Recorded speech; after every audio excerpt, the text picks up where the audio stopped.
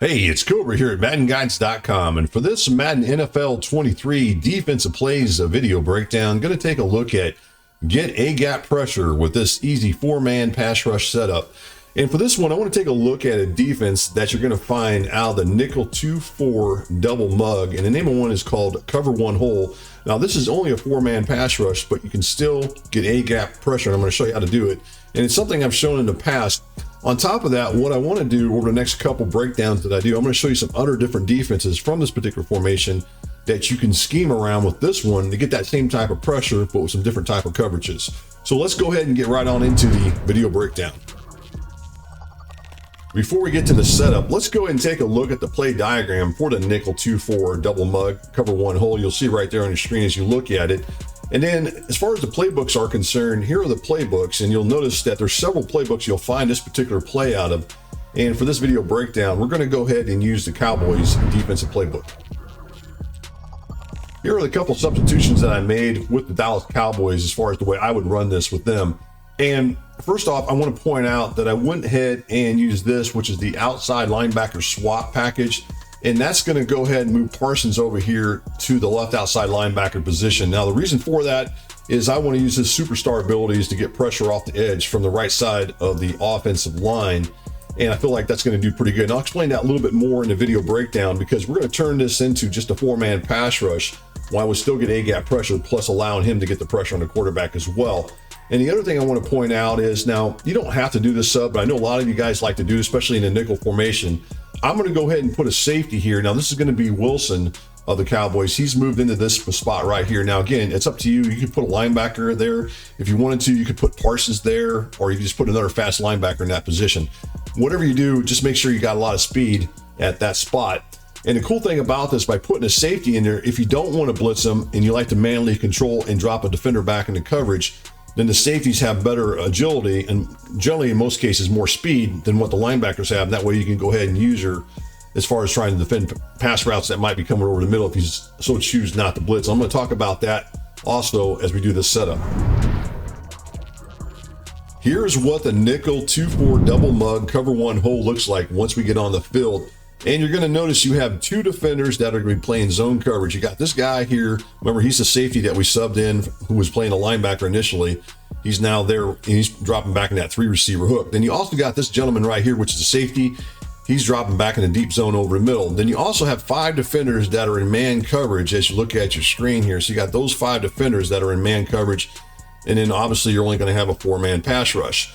Now, what I'm going to do here is I'm going to show you how to get some pressure with the A-gap pressure with that safety who's lined up in the A-gap between the center and the right guard. To do this, first thing I got to consider is, if I'm going to go ahead and manually rush this guy, then I would like to go ahead and replace him with another defender that'll be dropping back in the same coverage as him. So this guy over here, as you look at, I'm going to go ahead and point him out to you.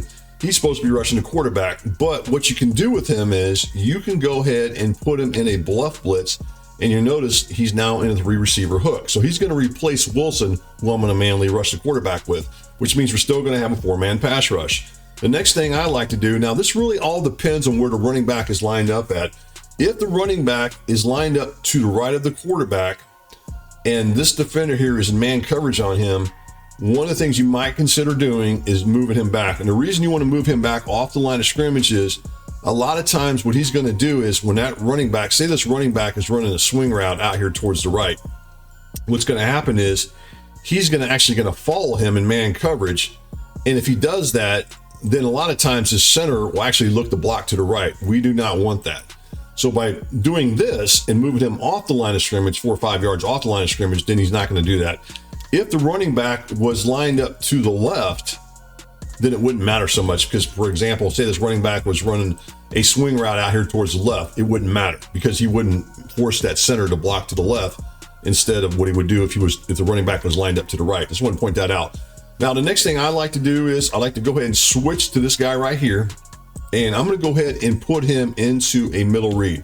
I prefer the middle read. I just think it works better than the default three receiver hook. Now, that's up to you if you want to try it both ways and see how things work. That's what I like to do.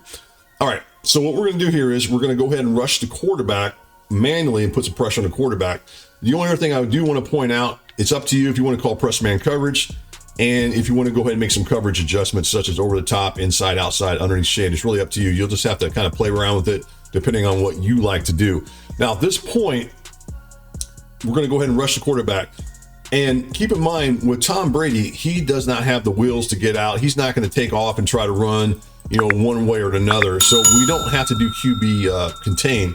I'm going to show that here in just a second when I get this play done, at least running through it right now. Then I'll talk about QB contain as well, something you might consider doing. So let's just go ahead and run this. And right there, you can see that we come up the gut and we get pressure on the quarterback fairly quick.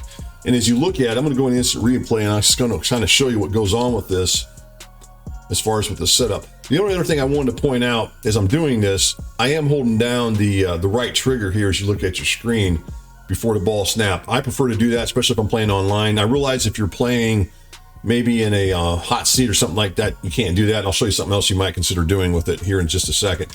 But at any rate, you can see right here as I go through the instant replay that you can see that we get some pretty quick pressure on the quarterback.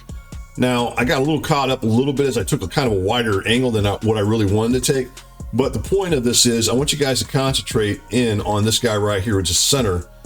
And you'll notice that he looks to block in this direction, which when I see that, that's going to allow me to get the pressure up the gut pretty consistently on the quarterback. So that's what we're looking for. In the coverage out here, obviously we got 5 defenders in man coverage. We also got 1 defender dropping back in that hook zone underneath, and we got the guy over the top. So we've got some nice coverage here. Remember, these 2 guys right here, as you look at it, are both in zone coverage. So pretty nice right there. We get pretty quick pressure on the quarterback. So that's real nice. Let's go ahead and do this one more time here with the setup here and go through it real quick here. So I'm going to go ahead and call press coverage. I'm going to go ahead and put this guy into the bluff blitz, move this linebacker off the line of scrimmage, and then I'm going to go ahead and put this guy into a mid zone. And it's going to be the same thing I just showed. And then we're just going to come right up the gut and apply pressure on the quarterback. Let's go back and instant replay one more time. I want to show you how fast this one actually gets on the quarterback as far as getting to the quarterback pretty consistently and pretty quick. So let's go ahead and take a look at that next here. So let's go ahead and use the ticker as you look at it. And I'm going to go ahead and run this, and we'll just see how fast he actually gets to the quarterback. So we just got to the quarterback just over 2 seconds, which isn't bad. That's pretty nice. You know, if you get to the quarterback in just over 2 seconds, that doesn't give your opponent a whole lot of time to look for a receiver to throw to, because you're getting in there pretty darn quick, especially a quarterback such as Brady, who doesn't have the ability to roll out. So that's it as far as the setup goes. Now I want to talk about using QB contain and a few other different things here in the video breakdown when you run this particular defense and things to watch out for. All right, so say your opponent has a fast quarterback and he's able to roll out. And then what you're going to want to do is you probably will want to go into QB contain. So if you're going to do that, the first thing you're going to want to do is go ahead and call QB contain, just like that, just like I just did there. Then do the rest of the setup. So you can go ahead and call press man coverage if you so choose. Go ahead and put this guy into the bluff blitz, switch over to this linebacker. Again, it depends on where he's lined up as far as the running back is lined up, depending on if you want to move this guy or not. We'll go ahead and move him. And then switch over to the safety and put him into a middle read. And there you go, there's your setup. Now, again, the idea of this is if you have an opponent who likes to roll the quarterback out, such as here, say he tries to roll out here towards the right, well, you're going to have, in my case, you're going to have Parsons, and QB contain is going to take that away. So that's the nice thing about this particular setup I'm showing. So let's go ahead and run it again, and I'll show you what happens. The same thing. It doesn't really change anything. You're still going to get that A-gap pressure up the gut. So that's the nice thing. Now, the next thing I want to point out is this. If the running back stays in the pass block, what happens? Now, this is what I was talking about earlier about having user control over this defender right here, the one that we're going to manually rush. So let's go through our same setup again. So again, we'll go ahead and call this. Let's go ahead and put this guy into the bluff blitz. We'll move this guy off.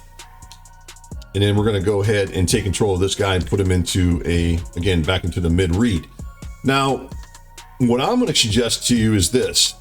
If you see the running back staying in the pass block, that's when you want to go ahead and use your control and go ahead and defend the pass rather than blitzing. You want to just take away stuff over the middle. And the cool thing about this, you're going to see as I run this, let's go ahead and do this. So see, I see that guy stay in the pass block. Now I'm just kind of taking away whatever I can take away here as best I can. You know, I just want to take away what I can. I'm only going to get a 3-man pass rush, which is fine there, because then I can rely on Parsons to get that pressure on the quarterback. Perhaps maybe he can get in on his own and apply that pressure. So that's really what you're looking for. Let's go ahead and do this one more time. So we're going to go back here, put this guy in that, drop this guy off. And then we're going to switch to this guy right here, put him into the mid read and go with that. And that's the setup again. And then we're just looking to go ahead, and if that running back stays in the pass block, which I'm going to go ahead and do again here, and then we're just going to read him. If he stays in, such as we see on the screen, then we just kind of run around here and just try to take away a route. We just try to take away a route, and hopefully one of our other defenders can get pressure on the quarterback. And that's it. Now, if we go back in the instant replay, I want to show you guys something, which makes this really cool, is because that defender that was covering the running back in man coverage, let's go ahead and take a look at this. So this defender right here, who's in man coverage, as you look at your screen, he's going to cover this running back. Watch what he does here. So now he's in QB spy. So now I get another extra defender dropping back into pass coverage. And I feel pretty confident in what I've got going on here. I'm controlling. A lot of times, what I would suggest with this guy here, the one I'm manually controlling, instead of running out here and trying to take away that crossing route or drag route, I would look for a deeper crossing route or something over the middle and manually defend that. But seeing that wasn't anything really there, I didn't really have to do that. But you can see the defense is pretty good for the most part. The only thing I can see as I'm looking through this right now is this guy perhaps might be open right there. So maybe that'd be somebody you go cover. But at any rate, there's some things you can do that's going to allow you to adjust on the fly based on if that running back stays in the pass block. Because if that running back stays in the pass block, then obviously he's going to probably pick up the blitz. So I just want to point that out to you. So that's something else to watch for when you run this particular setup I'm showing. Kind of read to see what the running back does. If he stays in the pass block, drop back into pass coverage. If he goes out and runs a route, come after the quarterback. My final thoughts on this particular blitz, it definitely brings some nice pressure on a quarterback. Again, I pointed out earlier where if the running back stays in the pass block, you're not going to probably get in with the A-gap pressure.